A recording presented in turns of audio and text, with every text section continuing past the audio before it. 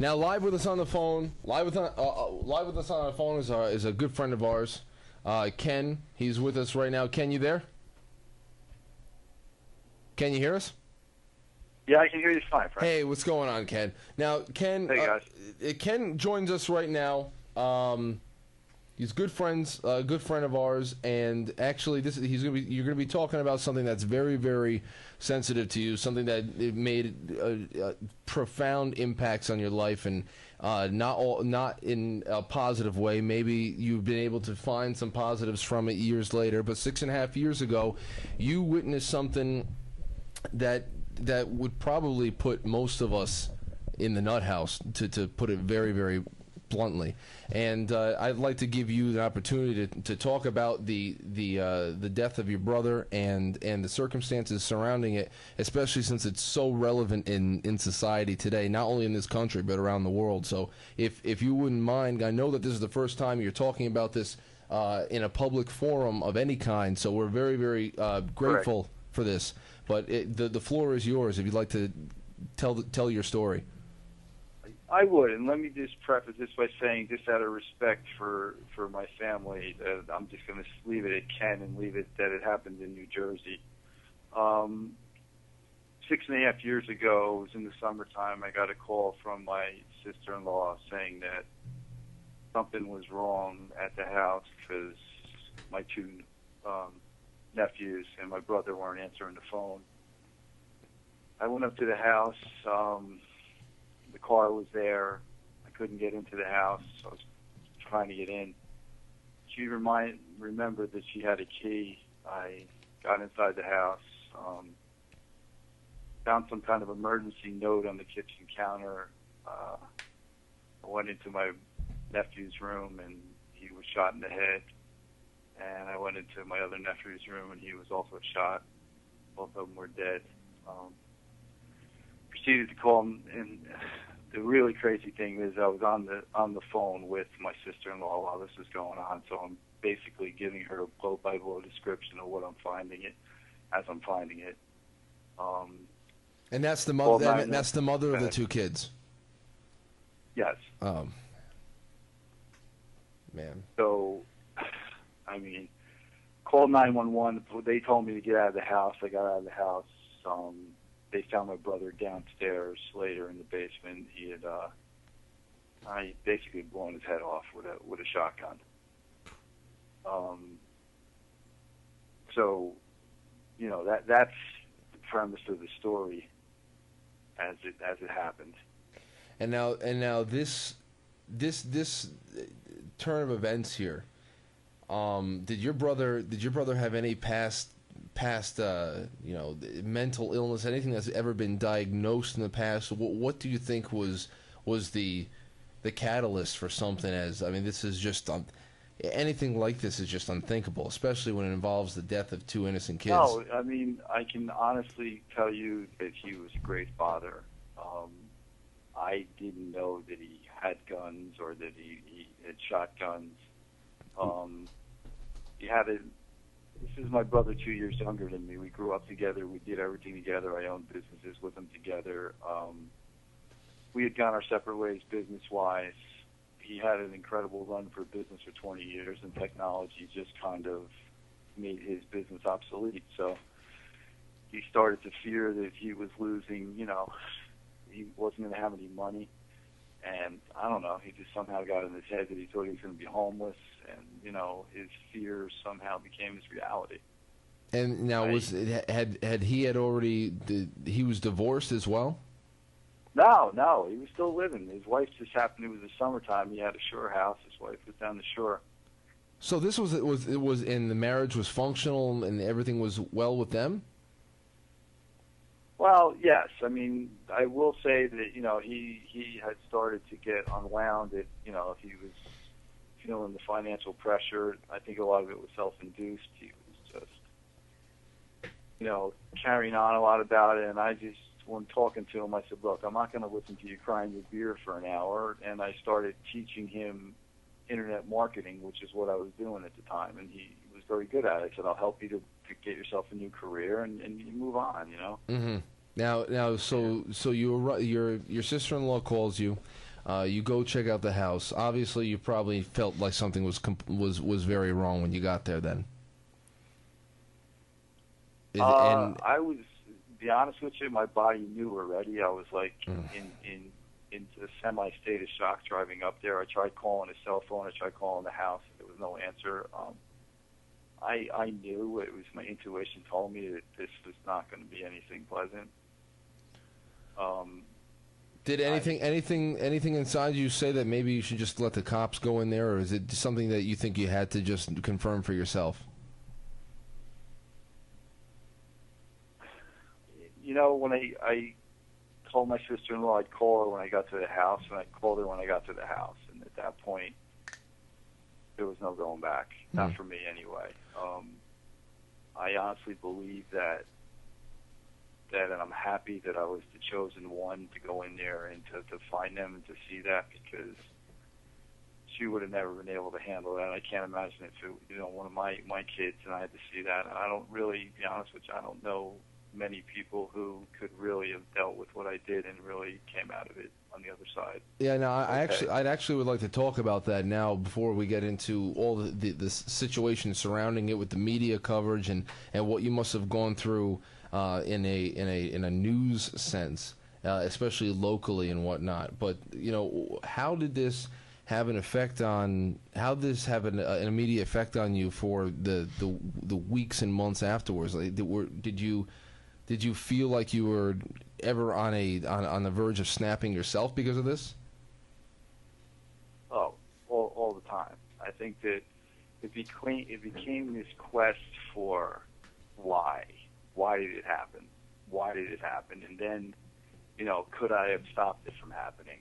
I mean, it was just something that ran through my head, and like there were signs that there was some stress and everything, but not much. After the fact, after talking with my sister-in-law and my other brother and some of his close friends, that he was calling them all up every day and just carrying on about the same crap every day. It was like Groundhog Day for him in a sense. He would just wake up and repeat the same process. Call this person at 9, call this person at 10, so on and so forth. Mm-hmm. But this idea, I hear even in this killing now, why couldn't somebody stop him? Why don't the parents stop this? It's like it's not. You're talking about Connecticut. You're talking about Connecticut right now, right? Why couldn't parents? Even any of these other recent crazy experiences. That's all everybody always talks about is, well, why didn't somebody stop them? How did the mother not know all that stuff? It's not that simple. It's not that cut and dry. So since someone you love, it starts to lose it a little bit. You just decide maybe your sign's there, but they're easy to recognize after the fact. So now, since you have been able to see this happen, and you've been face to face with it, and you see things like the events up in Newtown, Connecticut happen. What do you sympathize with, and what do you take from this as far as a mental illness level or a gun control level? Because you must have some kind of an opinion on what goes hand in hand and what is just. I do. Okay. What I sympathize with, especially in this case in Connecticut, is anybody who had to walk into that room after the fact and identify those bodies, the crime scene people, the people who had to take them out of there. That's horrendous. I cannot, for the life of me, imagine having to see a classroom in that shape. I mean, I don't know how any of those people, it's going to be a long, hard road for any of those people to really get that. Oh, yeah. Out of their mind. 100%. I believe the first responders need more prayers than some of the parents do at this point. Or just as much prayers as some of the parents do, because I cannot, like you just said, I can't fathom walking into a room of 18 dead 5 years. I just can't believe we're talking about it. But keep going. Yeah. So I mean, I've had discussions with people who are gun activists, and I'm going to preface this by saying I've never shot a gun, I've never held a gun. I hope to die never shooting and holding a gun, based on partially the circumstances and on fact that I'm a peaceful man. I have to ask the question, though, that the gun made it easier for my brother to do what he did. I mean, there's no doubt in my mind. If he doesn't have a gun, does he slit their throats when they're sleeping? Does he put a pillow over their head and suffocate them? It's just, does he get a bat and bash them in the head? I mean, this is graphic stuff, but guns make it too easy for people to kill people. Mm-hmm. I'm not advocating that we take guns away from everybody, because that's a simple argument to a solution, but that's not the problem here. It's a bigger issue in the fact that there's too many people on this earth, and we're under way too much pressure, and that people start to lose it. I hear what you're saying there. What do we do about that? There is mental illness, and then there's this idea that they give drugs to people for every reason under the sun, and all drugs do is mask the problem and make people zombies. 100%. 100%. And now, just like what we're seeing right now on the television, with every network pretty much competing for the emotional stake in everybody's households around the country. That's pretty much what it is. And I think it's sick and twisted how many times every 15 minutes that either Channel 2, 4, 5, whatever you want, NBC, ABC, CBS, will keep putting these children's faces in your face. Keep putting these children's pictures all over the television. Just keep drilling it. The same thing over and over again. Drilling it. Complete insensitivity, complete redundancy. It's the same old Liz Cho looking like she's concerned, and so I hate having to report this story, but I'm just going to do it again. I can't stand any media involvement in all this stuff, and you had to have gone through some of that with your situation. What can you tell us some of the things you took away as far as perspective on media involvement? I lost all respect for the media, 100%. There was helicopters flying over the house after it happened. Like as soon as word got out. First, look, police took me in because I was a suspect, because I'm in a house with dead people. So they didn't treat me like a suspect in a sense, but they had to take me in. They had to get my statement. By the time I got out and word started leaking out, helicopters over the house.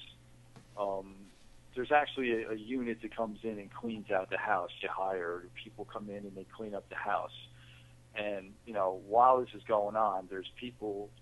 And my brother lived in a kind of secluded neighborhood with a little bit of woods and everything else. There's people in the woods freaking with cameras taking pictures of us when we're standing in the backyard. When I got home that night, my landlord comes up to me. I live in a two-family house. They live downstairs. The New York Post had come to my door, rang the bell, and started asking my landlord questions about the murder, which they didn't even know about. Jesus Christ. Especially the New York Post. So I get out of the police station, and our biggest concern is that we've got to get to my mother before somebody goes to the house or before the media, she hears it on the news. Oh man, that's how quickly. I had to tell every one of my family members that this happened, and I had to go to my mother. And I guess for whatever reason, my family was looking to me to be the strong one, so I had to do this. But the idea that we have to deal with all this craziness and the fact that I got to be concerned about getting to my mom before the media does, it made me want to throw up. That should be illegal, man. The fact that the media can go after they should make that illegal. It really That's is wrong. Here's about all this other stuff. The thing that you can really take away from all this, everything that goes on in the country right now is. There's a couple of things in our Constitution that is always brought up. The Second Amendment is always brought up. The Fourth Amendment is always brought up because it seems like the only thing that both parties in Congress and in the House of Representatives can agree on is what civil liberties to take away. But the other thing that always comes up too is freedom of speech and freedom of press, if it seems like the only thing we have the freedom to do is completely make a mockery of other human beings and completely sidestep real useful news. It seems like the First Amendment is only the freedom to make money off of other people's misfortunes. Yep. And it's really fucking sick. Sad, man. It's pathetic. Yeah, it is. And the amount of misinformation about my brother and about what happened, about what led up to it, and about that he was separated and divorced, there was the stuff.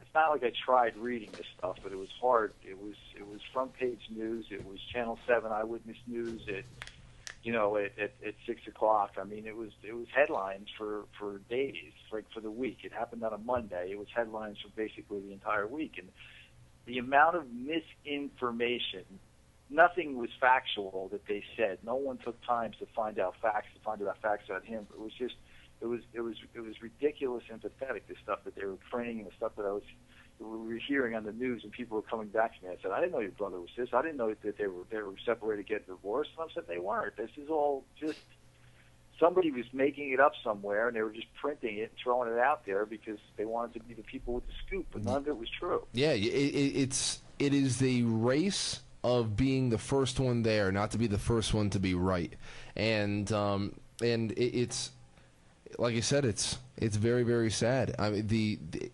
freedom to say whatever you want as long as you put the word allegedly before it, because then it gives you the chance to print a retraction or a correction on page 17 3 days later.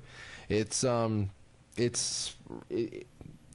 summed it up the best. It's a sick job with there's no journalistic integrity left. They have no soul to have that job. There's no integrity in the job anymore.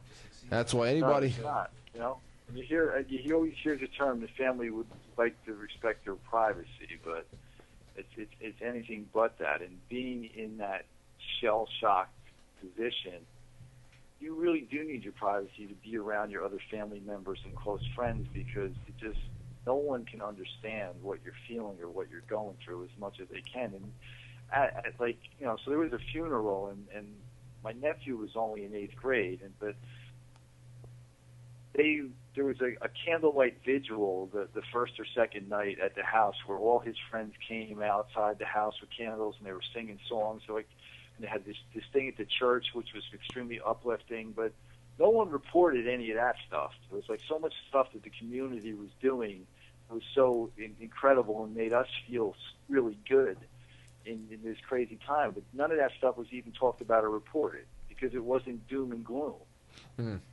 100%. 100%. And it's all about what the hot ticket item is. It's all about what is sensationalized and what when you go back to Aurora, Colorado, the shooting inside the movie theater. Then you go to Newtown, Connecticut, to see people interviewing 6 and 7-year-olds that were just evacuated from a school, to see microphones shoved in the faces of these little kids and shoved in the face of people as they're evacuating the movie theater, the school. There is absolutely no sense. There's just nothing. There's nothing to grasp onto that instills any sort of integrity or dignity when it comes to reporting what people would consider news today. And I'm so sorry that you had to go through something like that on a personal level. So, and once again, I appreciate everything that you said here tonight. And on the level of Newtown itself, have you caught any of the coverage? Have you been able to form an opinion on how you think it's being covered or anything like that? You know what, Frank? I'll be honest with you. I heard it on the radio when I was driving home. I tuned in. I listened for about 30 seconds and got the gist of what happened. And I haven't touched it in any way, shape, or form because I've really done a lot of healing, and I don't really need to kind of dig that back up again. And B, with the fact of what the media did to me personally and my family and all that crap, I got no respect for them. I don't want to hear anything they have to say. It's just ridiculous. Well, what more is there to say? It's a horrific experience. Why do they keep needing to ram it down our throats? Are we supposed to feel better about it, or supposed to understand it? Yeah, just let it go. Yeah, I think that the that news media and the New York Post and the New York Times thinks that there's a lot more that we can grasp from this if we know the second grade report card of the shooter, and what kind of grades he got in second grade, and what his friends thought about him. What kind of sneakers he wore. Yeah, seriously. Years. You know, I mean, it's unbelievable, and it's all just fodder. It is, and I can tell you from a first-hand experience, I spent 6 months dissecting every possible angle of it, trying to figure it out, trying to figure out why, trying to figure out if I could stop it. And at the end of the day, I had to let it go when I realized that no matter what I come up with, it's never going to be good enough as an answer, and it's not going to change the circumstances. And now, so all this, and it's the same thing. All the media wants to keep digging into some dirt to find some gold nugget that says, "Well, here's why he did it," and it's just not there. Now, you said you spent six months trying to figure out the reasons why and get a little bit of clarity on this. Was there any reason? And you said that he left a note. Was there any reason in the note? No, it was just more about leaving phone number where he could emergency number to reach his wife. Believe it or not. I mean, I have my own personal reasons and conclusions that I've come to, but that's something that I keep to myself, that I don't feel the need to share with anybody as far as why. Definitely. I just wanted to figured I'd ask. No, it's fine. Like I said, I don't know. I mean, I think I have a good grasp of anything, and I basically was with my sister-in-law 24 hours a day for like the 5 days after it happened, and I had open conversations with her about everything, and I think she gave me most of everything that happened. I don't know if she did it all, but that was okay. So well, Ken, listen, thank you so much for everything you shared with us tonight. It helps draw a great comparison and gives great perspective on the world, on mental illness, especially the fact that your brother wasn't a person who suffered from prolonged mental illness. So it just makes the quandary of how do you prepare for something like this? How do you prevent something like this in the future when some of the people that you have to worry about aren't the ones who are schizophrenic, aren't the ones who are suffering from something debilitating or something that detaches you from reality? You think of like a Hannibal Lecter type, where you can say, okay, well, something's wrong here, but then again you have an ordinary man, a successful businessman who just starts unraveling. This is the real problem here. And I think it's a lot easier for people out there just to say, well, what did he kill people with? Well, that's the problem. And that's what people all over the country are saying right now because of this. It's the easiest thing. It's the easiest thing to grasp, to say, what was the weapon of choice? How can we control that weapon? Because you can pass a law tomorrow. If everybody voted tomorrow, a law can be passed. But how the fuck do you? How do you? No, that's not going to stop the problem. How do you? How do you ban? How do you ban mental illness? How do you make mental illness illegal? And the other thing that comes up with this whole thing is, in Connecticut, they did. At one point, mental illness was illegal. Any little thing you were thrown into it. Well, I don't think it's back in the 50s. It wasn't a matter of illegality back then because of that fucking reason. It wasn't illegal. It's. Well, you were crazy. You get it locked wasn't up. tolerated. Yeah. Wasn't tolerated. Yeah, it was treated a different way. People had to be institutionalized, but it's not to be made illegal. Now we have outpatient. But listen, Ken, is there anything else that you want to add to this before we move on? I really don't want to. Well, yeah, because I was listening before I went on, and you talked about 100,000 people dying from prescription drugs. I mean, I think that's no one wants to talk about the fact that anytime anybody is depressed or anything a little bit out of whack, we easily write prescription drugs for them, whether it be, whatever it is, and we just zombify them up.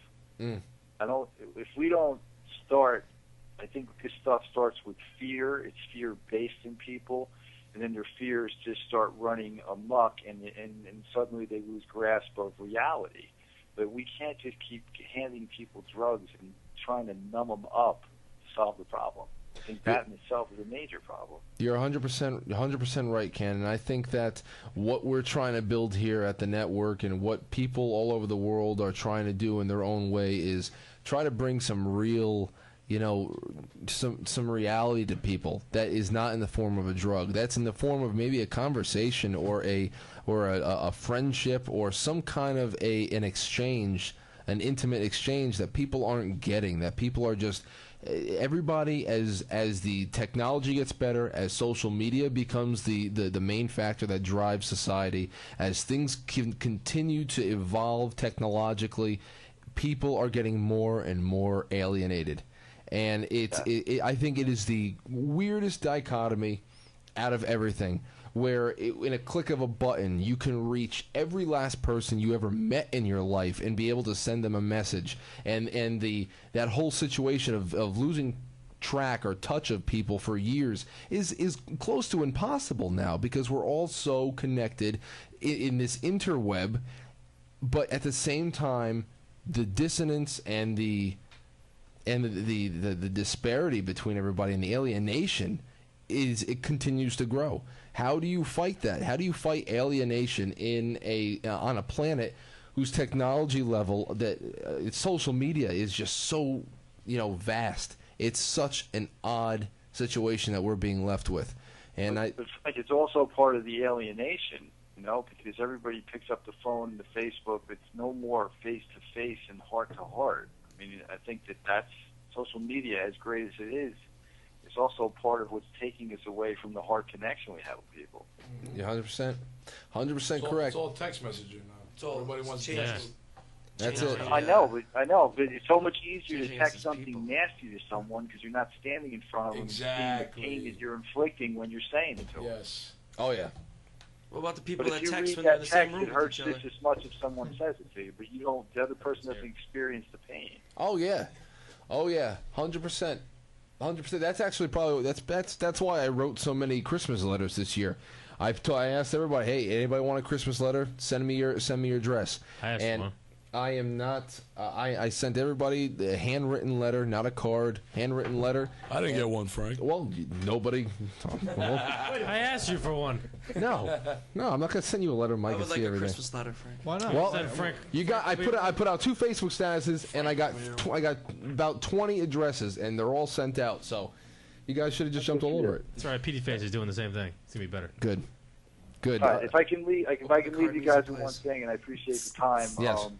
I would say that, look, there's a lot of people depressed and everything else, and we have a tendency, when people get depressed, they want to shut everybody out, shut out their friends, shut out their family, that maybe just consider that when you see someone who's depressed or down in the dumps, push past them trying to shut you out and get in there and see if you can just, turn that energy around a little bit. I think I that's can't fantastic. promise you, it's just, when you get depressed, you feel like crap, you just want to roll up and hide somewhere. Mm-hmm. But that's where I think the more deeper issues start, when people go in with depression and they just sit in it. No, I definitely hear you. I definitely hear you, Ken. And thanks again for the call. What you revealed to us tonight, what you opened up about, is very, very sensitive stuff. And I'm happy that the first time you talked about this in a public forum was with us. I'm completely honored. And at the same time, I'm sorry you had to go through everything you had to, but you definitely have made a remarkable turnaround from it. I can tell you the positive that came out of this is it made me realize that life is a gift, that it can be taken away in a split second, and that we need to wake up every day and be grateful that we've woken up and we have another day on this earth to live. Thank you. That's the perspective that I've gotten out of all this, and that's how I live my life now. That's the best way to end this. Then that's the best way to end this conversation. Thank you so much for the call. All right. Thanks, Thanks, Ken. Ken. Thank you. And All right, guys. we'll Take see care. you soon. Take care, man. Bye. That's our good friend Ken. Can't wait to see him. And thank you guys for listening. Let's go on a quick break. Actually, let's go on a little bit of an extended break. Let's go on like a 3 to 4 minute break just to clear the air. We'll come back and we'll push this one off.